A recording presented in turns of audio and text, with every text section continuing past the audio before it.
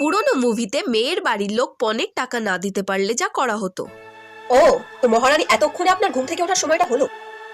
ও দিদি, আসলে কাল রাত্রিবেলা একটু শুতে দেরি হয়ে গেছে। চুপ করো।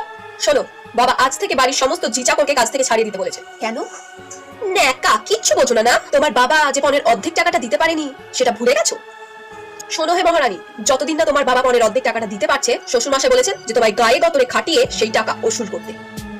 এই নাও, এই সমস্ত জামা কাপড় তাড়াতাড়ি কেচে নেবে। ততক্ষণে আমি একটা লিস্টি বানাই যে তোমায় আর কি কি কাজ দেওয়া যায়। শোনো বিকিনি বাড়ির মেয়ে, এই সব থালা বাসন তাড়াতাড়ি মেজে নেবে, বুঝেছো? কই গো, ও মহারানী, সব রান্না বান্না করে দিয়েছো তো? হ্যাঁ দিদি, আমি সব রান্না বান্না করে দিয়েছি। আচ্ছা শোনো, তোমার আলমারিটা খোলো তো। আলমারিটা? আচ্ছা, সব নতুন শাড়িগুলো আমি বের করে দাও। শোনো, এই সমস্ত শাড়ি এখন আমি নিজের কাছে রাখছি। যখন তোমার বাবা পণের টাকাটা দেবে তখন তোমায় এসে দিয়ে যাবো। কিন্তু এগুলো তুমি দিয়ে গেলে আমি কি পরবো দিদি? ও আচ্ছা, আমাদের বাড়িতে কটা ঝিয়ের শাড়ি আছে, ওগুলো তোমায় দিয়ে যাচ্ছি, ওগুলো তুমি ততদিন পরবে।